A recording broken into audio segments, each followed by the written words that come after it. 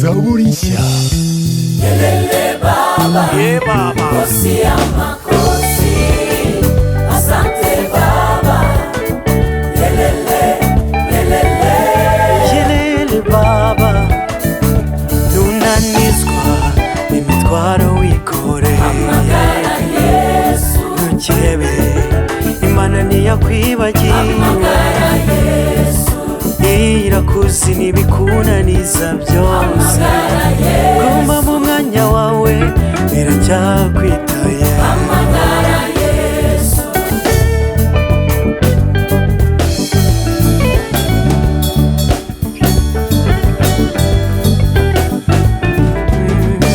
Nturanizwa n'imitwaro wikoreye. Hamagara Yesu, Ntukebe Imana ntiyakwibagiwe. hamagara Yesu, irakuzi n'ibikunaniza byose. Guma mu mwanya wawe iracyakwitaye. hamagara Yesu. Wasezeranye ko atazagutererana, yakomeye aho bose bagutererana. Hamagara Yesu, azabana nawe mu bihe byose. Yetamakuba azagusiga wenyine, azagutabare. Ukichoka na shida za dunia, telephone to Jesus. Usiwe na shaka, Mungu atakusaidia. Telephone to Jesus. Siku zako Yesu atarithi. Telephone to Jesus. Nakupatia maisha ya starehe. Telephone to Jesus. Urashuti yanjye nturi wenyine.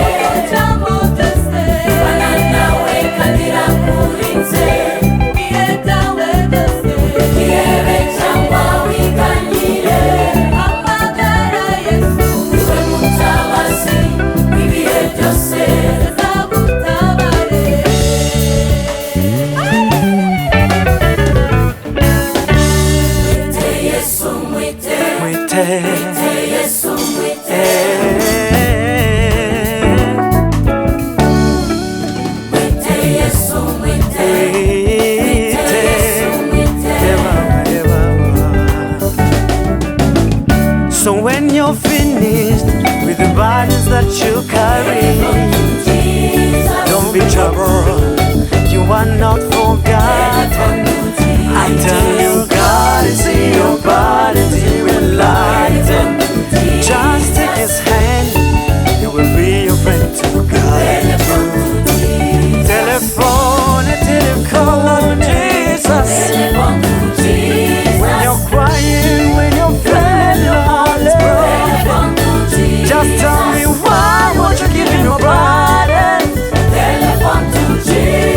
Sometimes I call on the name of Jesus. Telephone, Baba.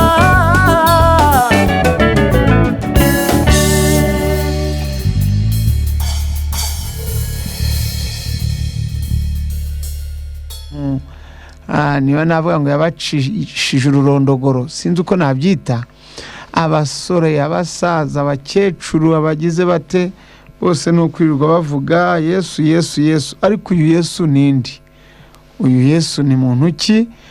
Ndagira ngo rero dusome ijambo ry'Imana. Yesaya ibice 9 umurongo waho wa mbere, turasimbuka dusome n'umurongo wa 5. Ibihanura umwami uzavuka ari umukiza n'umwami.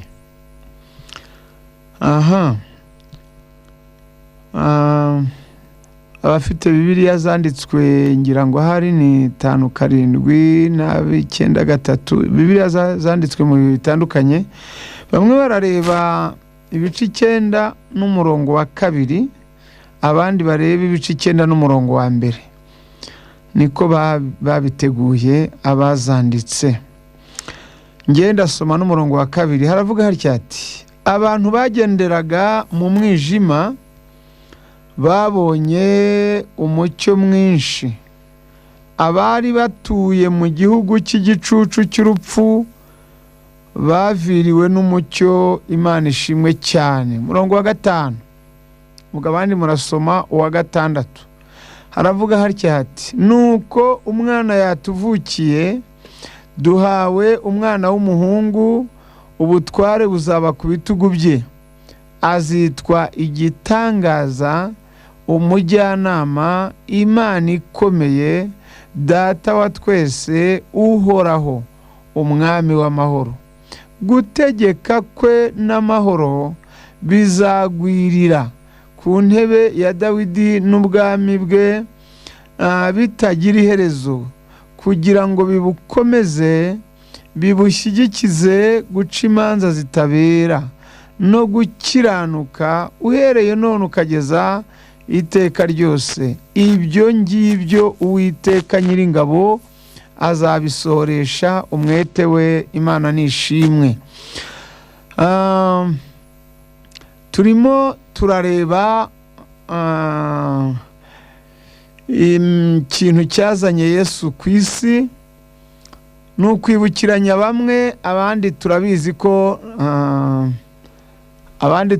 ko baba ari bashyashya birumvikana abatarakizwa n'abashyitsi kuri Yesu n'abashyitsi ku masezerano n'abantu mbese ibi bintu bibera inshoberamahanga ariko kuri bamwe kandi igice kinini ndagira ngo rero twibukiranye misiyo ya Yesu ni iyihe ku isi.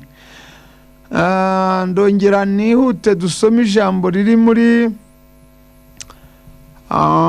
Yesaya n'ubundi uwo muhanuzi reka tumwibandeho cyane 61 uyu mugabo uyu mukiza witwa Kristo uyu mwami witwa Kristo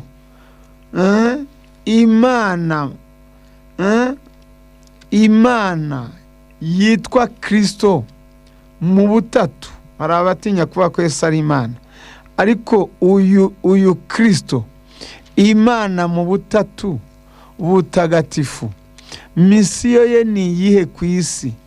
Hari abagerageje kumuhakana ariko ndashaka kubatangariza ko mutazabishobora kuko ni nko kwikorera umusozi wa Kigali bakakubwira ngo bagutegeye amafaranga ubangatane ntabyo washobora guhakana Yesu. Rero ni nko kwikorera umusozi. Ibi ngibi rwose ushatse wabireka nubwo wavuga nk'ikisi ugafata mikoro ukajya hejuru mu kirere ukarangurura ukabwira abantu ngo Yesu ntawubaho ntiyanabayeho ukamutuka ibitutsi 500 ukabigira gute ntago byemera. Yesu ntatukika, Yesu ntasunikika, Yesu ntiyangika. Yesu mu yandi magambo Pilato niwe wabivuze neza. Buriya hari abagabo bagiye bavuga Yesu neza nkabakunda kandi atari nuko banamukunze. Pilato yaravuze ngo Yesu mwene Dawidi ndamugira nti niwe muntu wabuze uko amugira aranemera ko abuze uko amugira. Rero guhakana uyu mwami n'ibintu yamaze gukora yamaze kwandika amazina byararangiye izina yararyanditse byararangiye ni nko gusiba ikarita y'umuhungu bita Messi mu rubyiruko rwa none ugasiba izina rya Messi ntago byakunda ryamaze kujya ku bwonko bwabo. Ni nko gusiba abacuranzi b'abahanga cyangwa se umucuranzi bita Muhando mu bantu bamukunze ntago byabemerera. Ariko ubwo nabuze uko ngereranya Yesu mumfashe. Yesu izina rye ryamaze gufata amahanga ryarayafashe. Rero ubishaka utanabishaka byararangiye. Imana nishimwe cyane. Pilato yongeye gukora kandi kantu keza cyane. Ubundi hari abapagani bagiye bakora ibintu byiza ku buryo abantu bamwe bajya bagerageza gusengera abantu bagiye bamaze kugera ahacecekerwa babasabira yenda utuntu runaka. Ngira ngo inshuti za Pilato zagombye kumusengera kubera akandi kantu keza yakoze. Ariko ndavuga kuri abo bantu bizera mu buryo bwabo ntarondoye ntanavuze kuko ubundi gusengera uwapfuye ni nko guhumekera mu mazi ntabwo bihura ntibinajyana. Hanyuma Pilato baramubwiye bati ko wanditse ngo uyu ni umwami w'abayuda, ibyo bintu wakoze ni amahano siba, nyabuneka vanaho ibyo bintu, kuraho ye baba we, waba umwamamaje abayobebe ntitwazabakira. Pilato we yuza kwihana wari kunshimisha cyane. Pilato arabwira ngo icyo nanditse subutu, icyo nanditse nacyanditse, mugabanya akavuyo, dore aho mwahereye musakuza ngo nabambwe yabambwe, ariko nimuceceke. Ni Yesu rero umwami w'abayuda, Imana ishimwe cyane. Noneho Yesaya 61, reka twumva andi magambo ahari agomba aduhishurire misiyo y'uyu mugabo, uyu mwami, uyu mukiza, uyu mucunguzi. Misiyo ye ni iyihe? Nkundi nujya kumuhakana uzabanza umenye n'ibyamuzanye. Umva uko Bibiliya ivuga. Uriya hariya hari titiri ivuga ngo umwaka Uwiteka azagiriramo imbabazi. Ibi birasobanura iki? Ni ukuvuga ngo igihe Imana izatangira umucunguzi ku isi, igihe Yesu azasesekarira ku butaka, igihe azaba amaze kugera mbese mu bantu, azaba azanywe n'iki? Umva ubwe, icyo nkundira Yesu yabanje no kwivuga ubwe ataranasesekara, ataranaza. Umva uko ubwe yivugira ngo umwaka w'umwami Imana, pardon, mumbabarire cyane, umwuka w'umwami Imana ari kuri nge, umwuka, kuko Uwiteka yansize iki? Amavuta, ngo ngirene, ngo mbwiriza abagwaneza ubutumwa bwiza. Ubundi hari ubutumwa bwiza, ubutumwa bwiza. Isi yari ifite ubutumwa bubi, yari yuzuye ubutumwa bubi, yari ifite ubutumwa budafite imbaraga. Kandi na n'uyu munsi wa none hari abantu bavuga ubutumwa bubi, ariko umva uko Yesu yivugiye ubwe. Yantumye Data Imana, yantumye kuvura abafite imvune mu mitima, kuvura imvune zo mu mitima. Icya kabiri, kumenyesha imbohe ko zibohowe. Arazibwira ati muhumure naje. Abari baboshywe na za nyabingi, abari baboshywe n'ibitega, abari baboshywe n'abarungi, abari baboshywe na bya bigirwamana biterwa n'agace n'akarere n'ibiki runaka, cyangwa se n'ibihugu n'iki. Ngira ngo abazimu bo mu bihugu bafite amazina atandukanye bitewe n'ibyo bihugu. Bamwe hari umuzimu witwa Nyabingi, hari Igitega, hari ibiki. Ubwo mu bindi bihugu nabo bafite ukundi babita.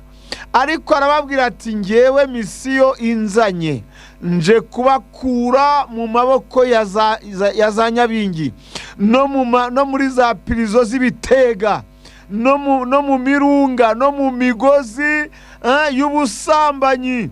Ubusambanyi, reka mbabwire, hari abantu ubusambanyi bwaboshye burabadanangira ku buryo akubwira ataho kugira ngo bwire ntasambanye bwakwira ntariye. Mbese mu yandi magambo banibaza niba hari umugabo ubaho udasambana. Birashoboka kweri? Ndetse bakanatinyuka bakabana, ntimukatubeshye nta mugabo udasambana. Bakongera bagahindukira, ntimukatubeshye nta mukobwa udasambana. Bakagera naho batinyuka bakavuga ngo nta vierge ngo ikibaho. Umva nawe, kubera iki? Azi ko ubusambanyi bwamwishe, azi ko bwamugize koronike, azi yuko bwamugize ingwaruzwa muheto, azi ko bwamugize imbohe, azi ko bwamugize ingwate. Ntiwamurenganya ngo akuzuye umutima agasesekara ku munwa. Burya umuntu navuga, na Bibiliya bivuga ngo ijambo risuzuma nyiraryo mwakabyarana. Umuntu nakubwira ngo ntibishoboka ko umupfakazi yaba hadasambana, uzamutega amatwi, ubwo niwe uzaba yivuga. Azaba avuga ko we atabishobora ariko abayeho. Ariko hari abapfakazi b'inyangamugayo, hari abapfakazi ba Kristo, hari abapfakazi babwira Yesu bati Yesu mutware wanjye, Oh haleluya. Abo rero Yesu yarababohoye. Imana ishimwe cyane. Arakomeza aravuga, turacyari muri Yesaya 61, turacyari ku murongo wa mbere, muri iriya mirongo ikurikira. Harabango no gukingurira abari mu nzu y'imbohe. Umva Yesu bwe arivugira ngo njyewe nje gukingurira. Ariko uyu mugabo reka mbabwire, uyu mugabo akiri hano ku isi witwa Kristo, uyu mwami witwa Kristo niwe mugabo nabonye ku isi y'abazima. Hari abandi bagiye yenda bagerageza yenda kuba bamwi, sinzi uko nabivuga, bakwigereranya nawe gatoya ukuntu. Ariko uyu mugabo ni umugabo utarya indimi, ni umugabo uvuga ati njyewe ndaje. Akaba yabwira abasirikari bacunga gereza, akabwira ati njyewe nje gukingurira aba bantu, ndaje njyewe nta kindi kinzanye, nje kubavanamo. Ariko umva Yesu ni ukuri, nkuramburiye ukuboko, ni ukuri rwose. Yesu uratangaje, uri umugabo, umva uri umwami w'ibihe byose, ugatinyuka. Pilato yaramubajije, aramubaza ati niko bari kukurega ikirego gikomeye, barimo baravuga ngo wazanywe ngo n'ubwami, ngo uri umwami, abantu ntibakubeshyira kweri. Asanga Yesu ntarya indimi, aramubwira ngo wakabimenye se, nicyo cyanzanye, njye ndi umwami. Reka babwire, uyu Yesu kubwira ingabo kwaje gukingura inzu z'imbohe. Imana ishimwe. Kubwira abapolisi akababwira ati njyewe nzanywe no gukingura inzu z'imbohe. Imana ishimwe cyane. Kubwira abaganga akabwira ati mwebwe uwo mwananiwe mumunyoherereze, mumunzanire. Urushwima rwarabananiye, ni mumunzanire. Virusi itera sida yarabananiye, uwo muntu nanyizere.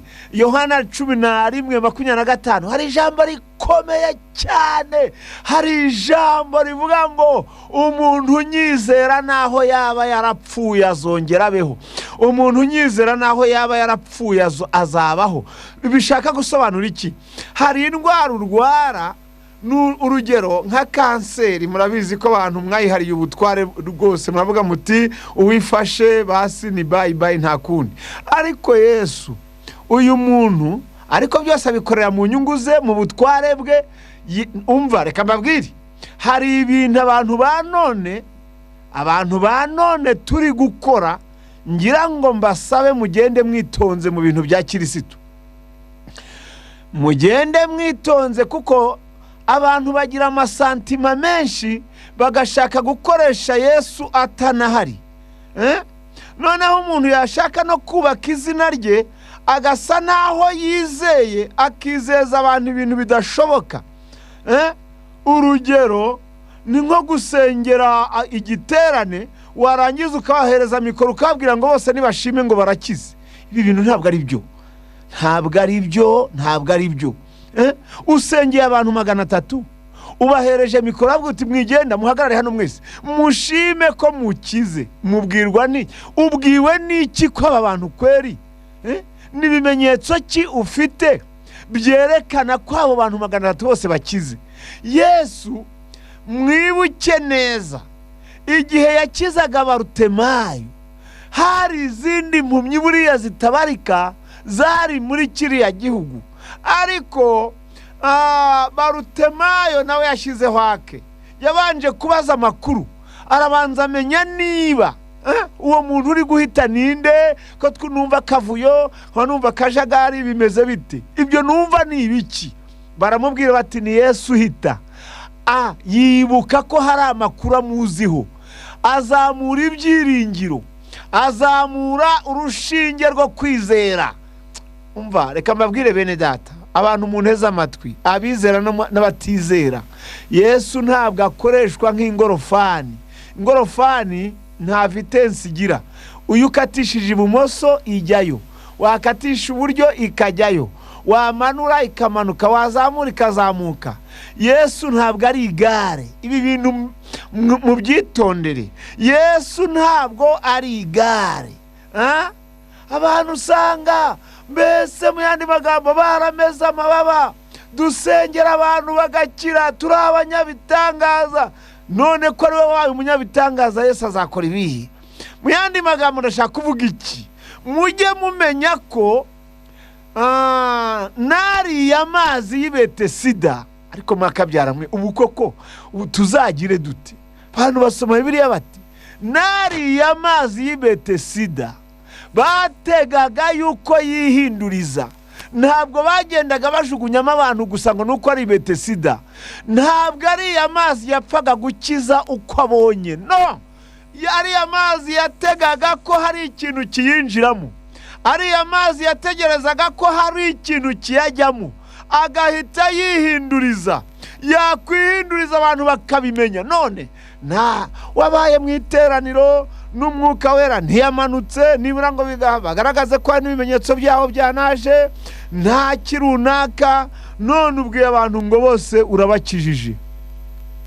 Hari umuntu umwe wigeze guha abantu mikoro bari nka 20 cyangwa 30, avuga ati mwese muhagarara aha mushime Imana, mushime murakize pe, ngewe ndi hatari cyane, ndi umuntu w'umubingwa, ndabakijije, sinakije bikeya. Umukecuru afata mikoro aravuga ati pasite, ati singiye kubeshya Imana, ndacyarwaye.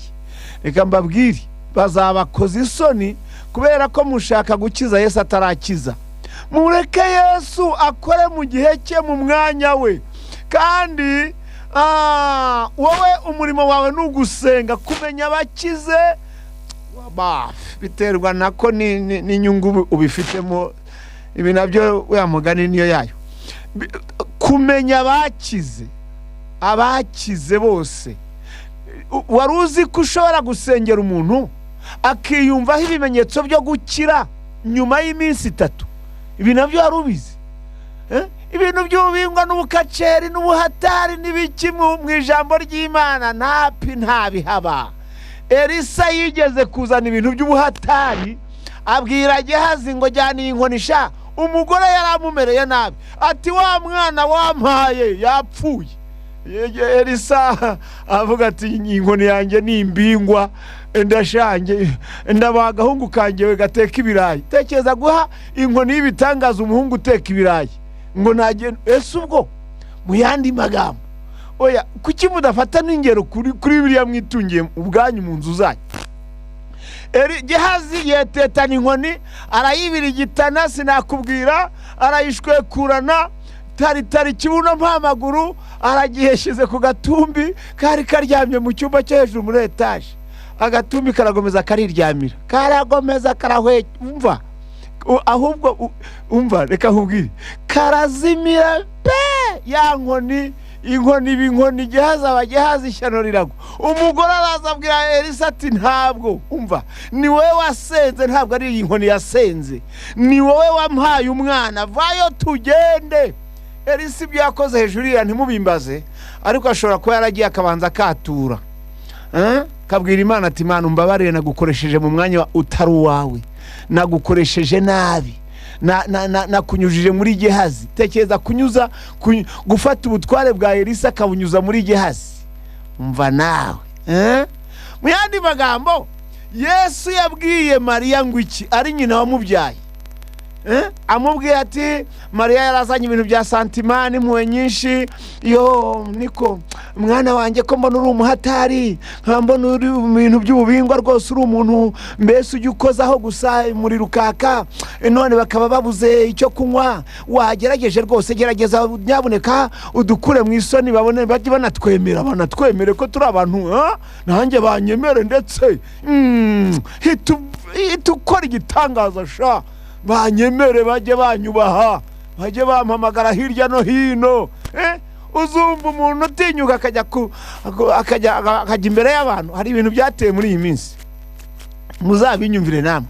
Umuntu agahagura akabati, nakirije ikirema ikiramuruzi, nkiza indwara ikagitumba, nkiza indwara. Ukibaza, niwe wakijije indwara? Ni Yesu wayikijije? Bavuga butumwa, niba uri no kunyumva nshuti yanjye, mwene data, uzamara igihe gito kuko ufashe ubutware bwa Yesu urabumwambuye ubushyize ku gatwe kawe, mbese werekanye ko ari wowe muntu w'umuhatari wa mbere ku isi. Niba utari kubaka izina ryawe, Yesu muzavangura. Reka nguhanurire, niba uri kubaka izina ryawe muzavangura, kuko Yesu ntashobora kukwemerera ngo nasengera umuntu aha n'aha igitarama, nsengera umuntu aha n'aha intuza ikabarondo, nsengera umuntu aha n'aha arakira, namwe nimuze mbereke. Ese kumaze kubereka ko ari wowe ukiza, umwanya batari bukire, izo soni uzazikwiza hehe? Kandi noneho wamara kwereka abantu ko ari wowe ukiza, warangiza ukabwira abantu ngo nibagende ngo bizere, ngo ubwo ngubwo ngo bizemera.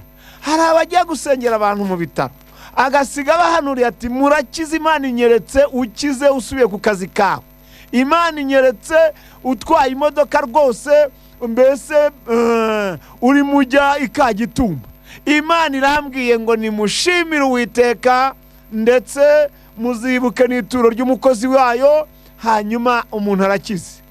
Bugacya mu minsi 3 ikinanda kivuga ngo wa muntu avuye mu mwuka. Bajya kuzana wa muhanuzi bamuhaze ibyahanuye ati buriya niko Imana ikiza. Umva nawe, mu by'ukuri ibyo bintu ushubije n'ibyo yasize ubwiye abantu birahura. Impamvu ni iyihe rero muzajya mukorwa n'isoni? Ni ukubera ko mufata ubuntu mufata ubuntu bw'Imana mukabukoresha mu mwanya utari uwabwo. Yesu ubwe uyu tuvuga, uyu mwami waje aje gukiza, ari nacyo kimuzanye, abizi neza, akanyura mu rupfu, akemera imibabaro, abizi neza ko azanywe no gukiza. Yarabanzaga akakubaza ngo wizeye ko ibyo nabishobora? Kubera iki se yabanzaga kukubaza? Kuki yabanzaga kubaza umuntu wizeye ibyo? Ndabyizeye mwami.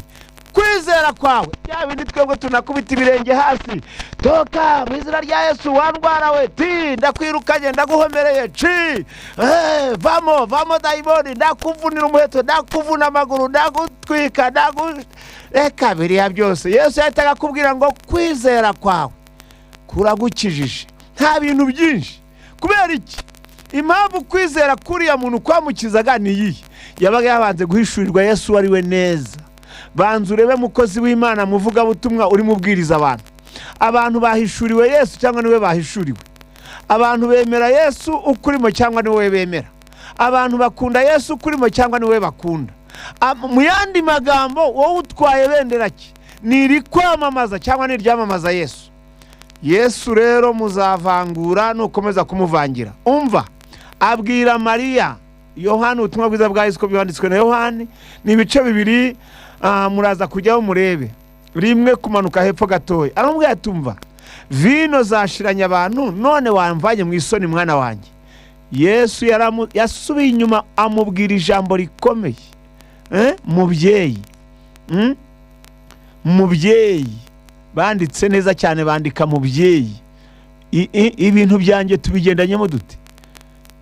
Kweri ugiye kwivanga mu gukiza kwanjye?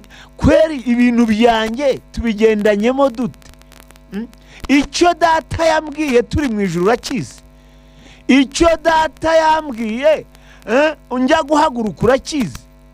Wowe ko wabaye ivatiri nzana ku isi, wowe uzi inama zaberaga mu ijuru, wari uhari mubyeyi? Ari nk'abashize ibisoni ba none, yari kuvuga ati mugore, ariko urumva nyine Yesu ntabwo ashira isoni, kuva kera kose yarangwaga n'ikinyabupfura. Bati mubyeyi, ariko ari nk'umuntu wa none wumvisha umwivangiye mu bintu, yakwa ati mugore, ibyanjye ubije muti?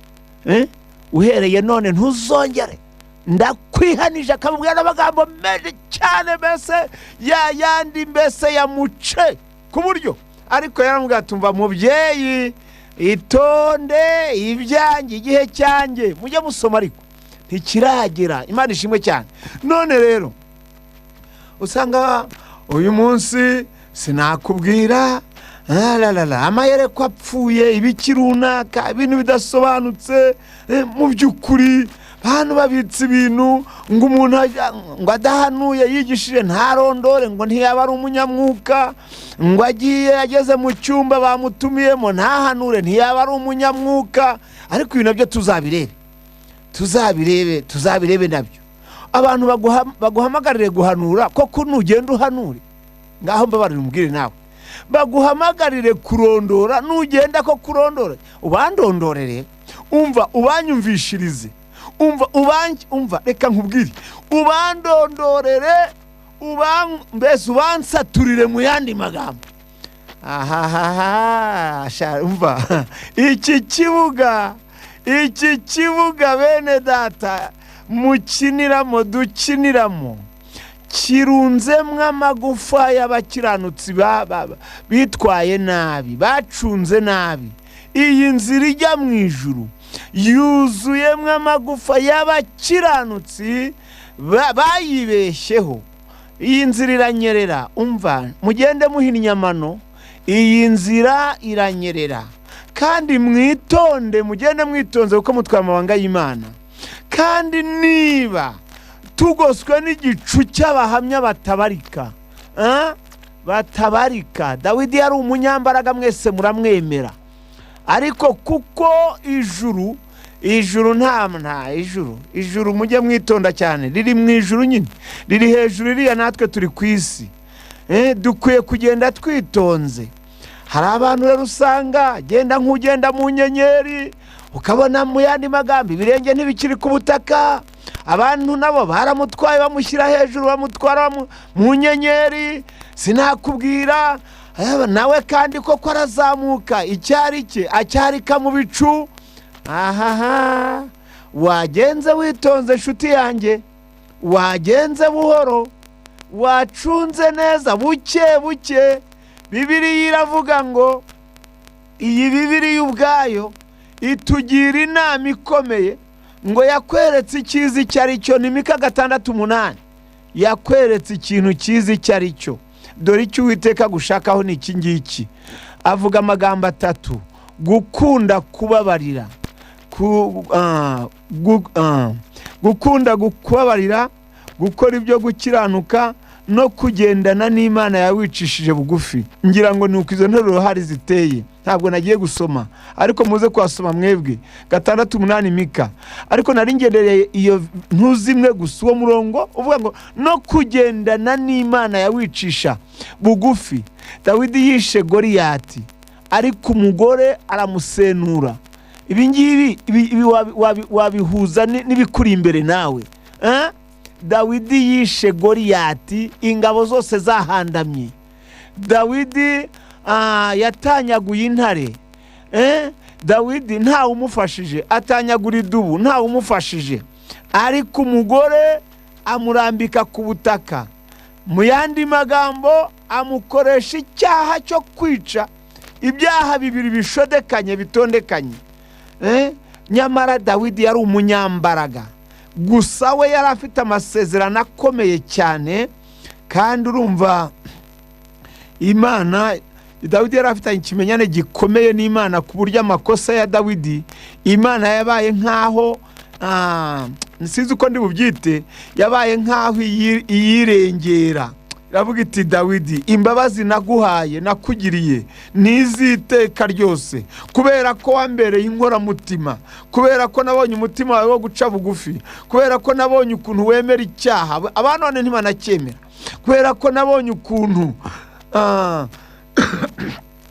mumbabarire gato cyane, nagakorora k'iki gitumbwe. Hanyuma rero Dawidi uwo n'umwe. Samusoni yari igihangange, umunyambaraga uteye ubwoba. Samusoni yari umunyambaraga, ariko kubera ko yihaye kugenda nawe yizamura, natanyaguje natwitse imirima ya Filisitiya, nisha Filisitiya banaba, n'ingunzu nazifashe imirizo nazizirikanya zigera kuri 100. Ibyo byose biramuzamura bimutereka ahantu. Umugore witwa Delila araterura dimba hasi, umuhungu amunogoramwo amaso, amwogosha imisatsi, amuvanaho imbaraga. Mu yandi magambo amateka ye abararangiye. Reka rero mbagira inama nshuti zanjye, cyane cyane mwebwe abavuga ubutumwa bwa none, nyabuneka abantu nibakuzamura jya urushaho kumanuka kugira ngo uzaryeho kabiri. Ibi bintu nta muntu bimenyera ngo bimwemerere. Icya kabiri, ibi bintu nta muntu bitwara uko ashaka ngo bimukundire. Icya gatatu, mujye mwibuka ko ibintu ntabyo mwakuye muri kaminuza iyi nishaka iyo ibe niyo muri California. Ntaho mwabiku. Ibi bintu ni ibintu biva ku musaraba, ni ibintu biva mu ijuru ry'Imana, ni misiyo ya Kristo muri mwebwe. Muyitware neza rero kugira ngo muzayiramiremo. Twigarukire rero, ako kari agaciyemo, nagira ngo mbereke ko kimwe mu bintu byazanye Yesu harimo nyine no guhagurutsa abakozi, ariko abo bakozi bakagenda bitonze cyane. Hahandi muri Yesaya 6:1 umurongo waho wa kabiri niho twari tugeze, ngo kandi yantumye no kumenyesha abantu umwaka w'imbabazi z'Uwiteka n'umunsi Imana yacu izahoreramo inzigo no guhoza abarira bose. Urumva ibintu bimugize. Yantumye no gushyiraho itegeko ab'Isiyoni barira ryo kubaha ikamba mu cyimbo cy'ivu n'amavuta yo kunezerwa mu cyimbo cy'ubwirabure n'umwambaro w'ibyishimo mu cyimbo cy'umutima wihebye, kugira ngo bahere ko bitwe ibiti byo gukiranuka byatewe n'Uwiteka, ngo bimuheshe icyubahiro.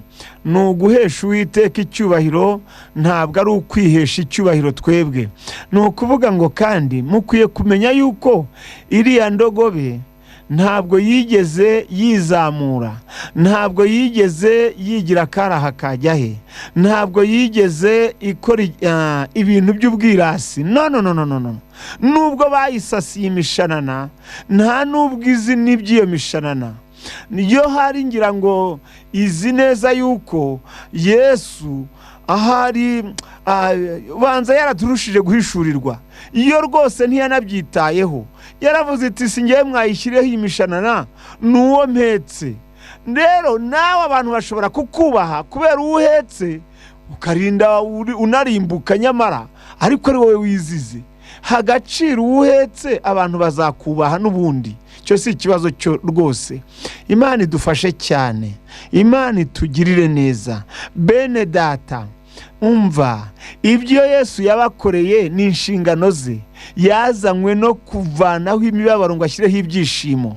Yazanywe no kubakura mu mateka y'iwanyu ngo abahe amateka meza. Yazanywe no kubakura mu gihugu cy'ubukuna ngo bashyire mu gihugu cyiza. Yazanywe no kuguha izina ntaryo wari ufite, nawe urabizi, nta n'iryo wari kugira. None izina ryawe sinakubwira.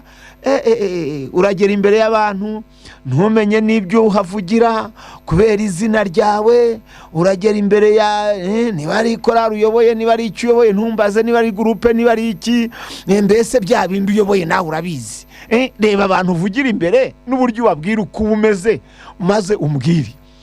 Njya nsetsa abantu nkabwira ni nk'abantu bo mu madini, twebwe abanyedini reka mbyite gutyo niba ariko nabivuga, dukwiriye kujya dutwara abantu neza. Koko icya mbere ntitugira gereza, icya kabiri nta polisi tugira, icya gatatu nta pingu tugira, icya kane nta ndembo tugira, icya gatanu ikindi nikira nta ngabo tugira. Kuyobora abantu bangana kuriya, waba uhere kuri gurupe y'abantu 5 uyoboye, uzamuke ureba abantu Imana yaguteretse imbere. Noneho umuntu wegeze kubwira abantu ntabwo atumva, ndavuze ngo bigende bitya, ndavuze ngo ndamwitegereza, uravuze ngo nta gereza ugira, nta pingu, nta gisirikari, nta polisi. Reka mbabwire, Yesu yazanye umwuka w'ubugwaneza. Yesaya 32 umurongo waho wa mbere hari ijambo rivuga ngo dore hazima umwami utegekesha gukiranuka. umva ariko kuki mugira Bibiliya kandi muyisome? Ngo abatware be ngo bazatwaza imanza zitabera, ngo abantu bazamera nk'aho kwikinga umuyaga. Murisome neza, muyisomere.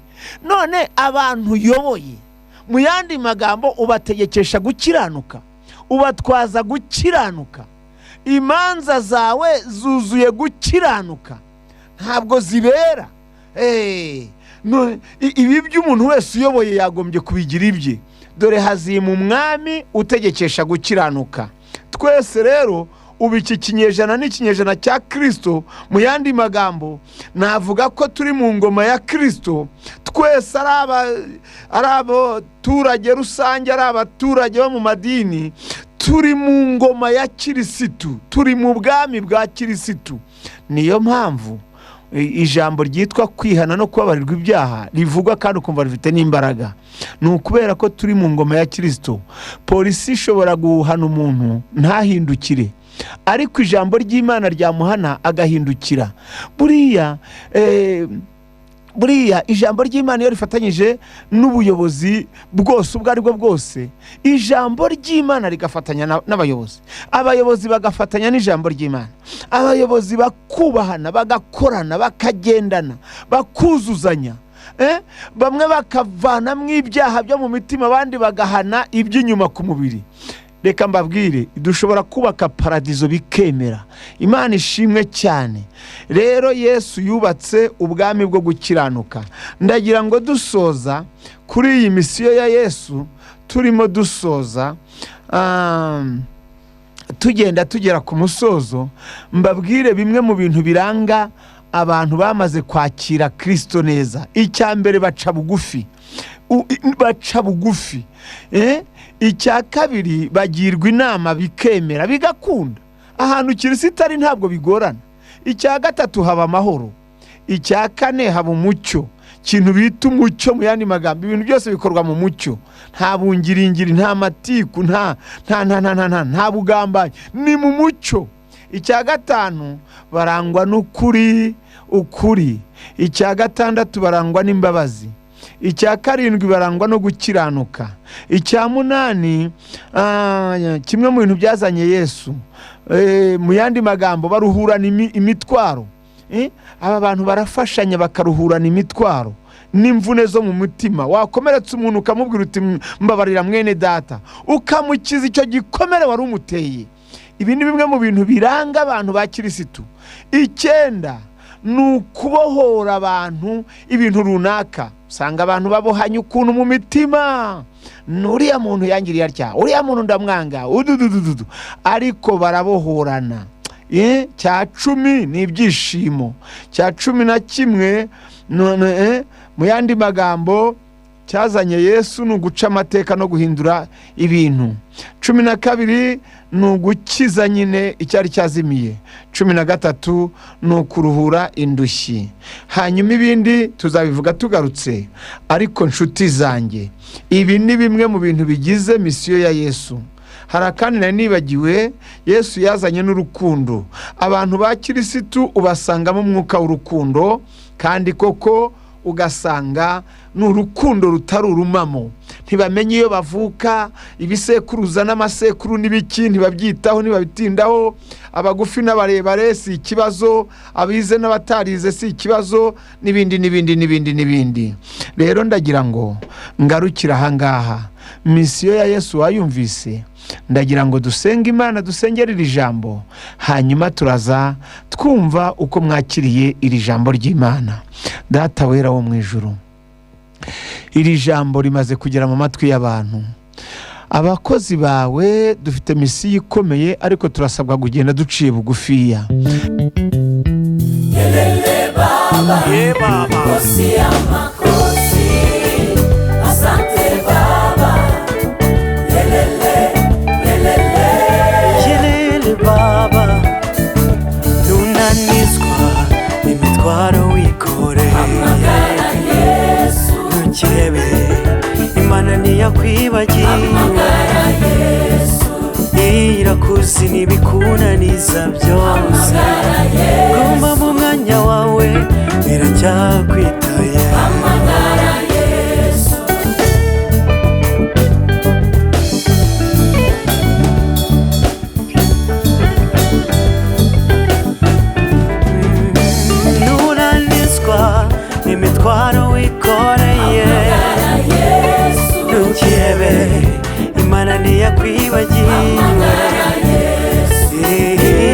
byose n'ibikunaniza byose kuma mu mwanya wawe biracyakwitaye amagara ye wasezeranye ko atazagutererana komeye naho bose bagutererana amagara Yesu azabana nawe mu bihe byose by'amakuba azagusiga wenyine azagutabare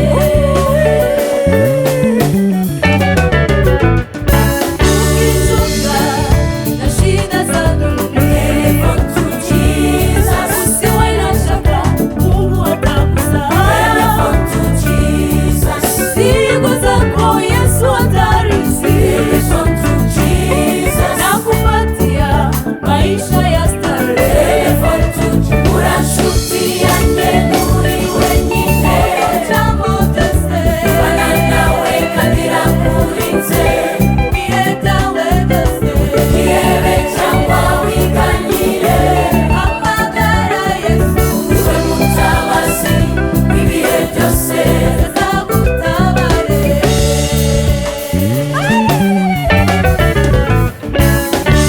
mwite Yesu mwite mwite Yesu mwite mwite Yesu mwite Yesu mwite So when you're finished with the burdens that you carry, don't be troubled, you are not forgotten. I tell you, God is in your burdens, He will lighten. Just take His hand, He will be your friend to guide you. Telephone until you call on Jesus. When you're crying, when you're feeling your heart is broken, just tell me why won't you give Him your burden? Sometimes in call on the name of Jesus. Telephone Baba.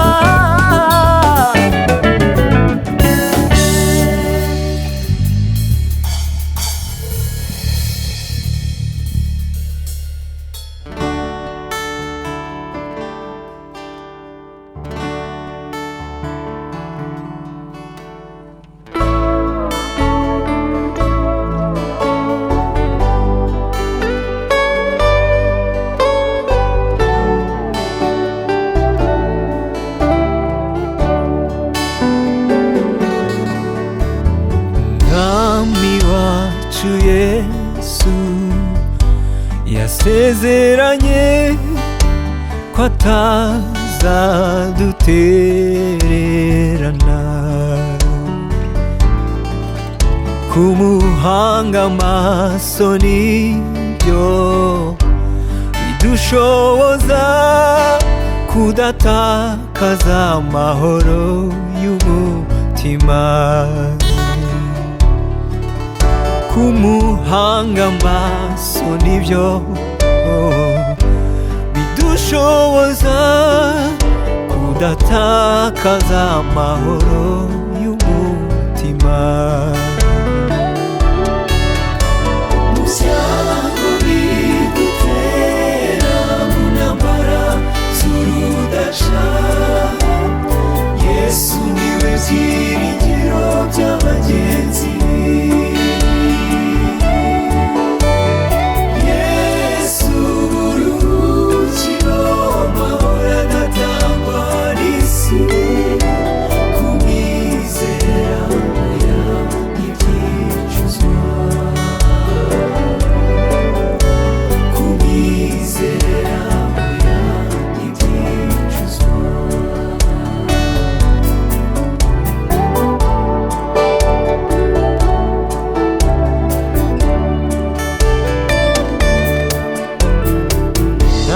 Umwijima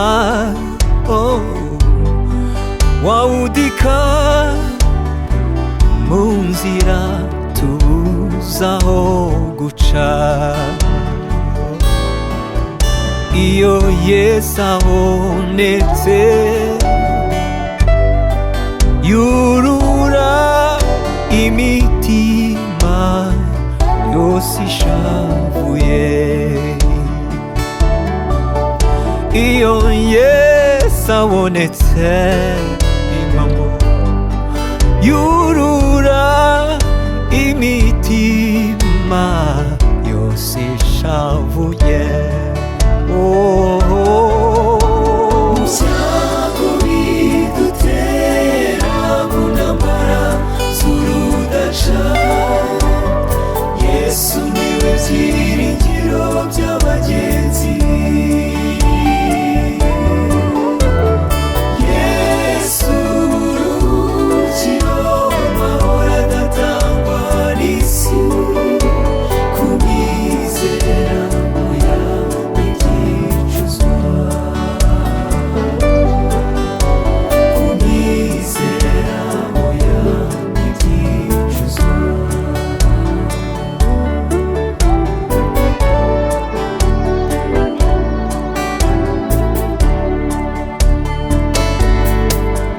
Tuguhanze amaso iteka, twirukiye aho uri Yesu, niho tubonera ituze nyakuri. Wowe umenya intimba zacu, uhaze kwifuza kwacu, Mucunguzi utumara igishyika, Mucunguzi utumara igishyika. Yesu Kristo, wowe buruhukiro bw'imitima yose ikwifuzaho ituze, wowe murengezi w'abadafite ubitaho, wowe mutuzo nyakuri, niwe twirukiye iminsi yose, wadufata ukuboko ukadukomeza muri iyi nzira. Mu byago bidutera mu ntambara z'urudaca, Yesu niwe byiringiro by'abagenzi. Yesu mahoro adatangwa n'isi, kumwizera Yesu, gutumbira Yesu wenyine.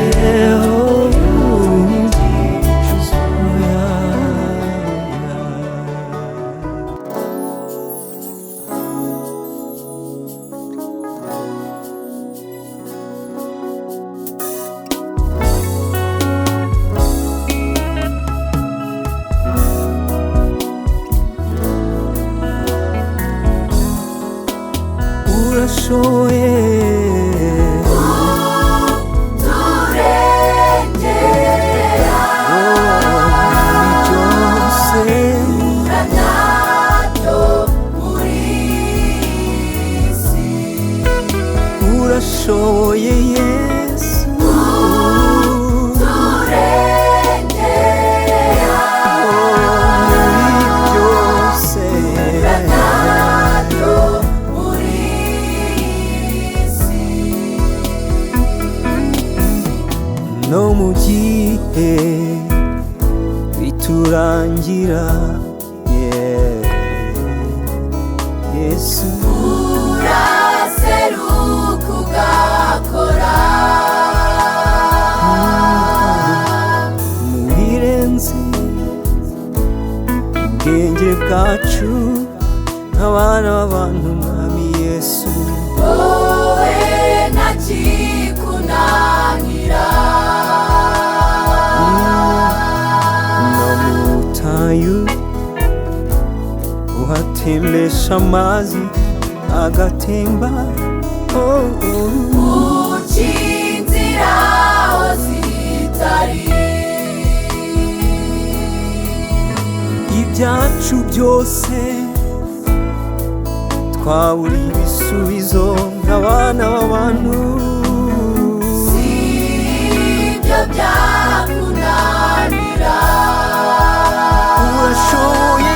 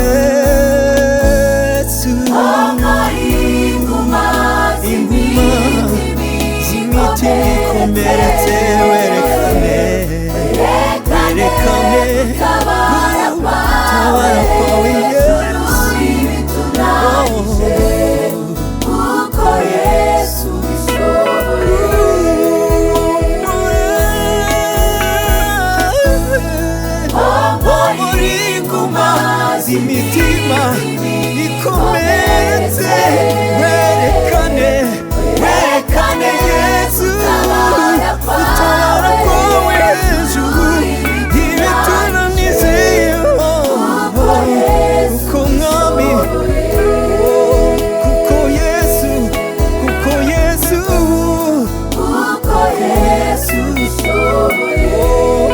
kuduza amarira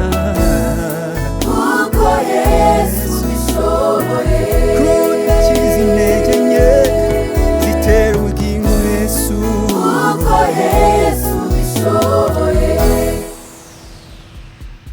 urashoboye muri byose Yesu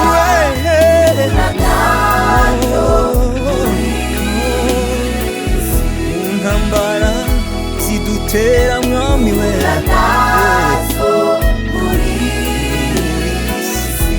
ubukene upfubyi ubupfakazi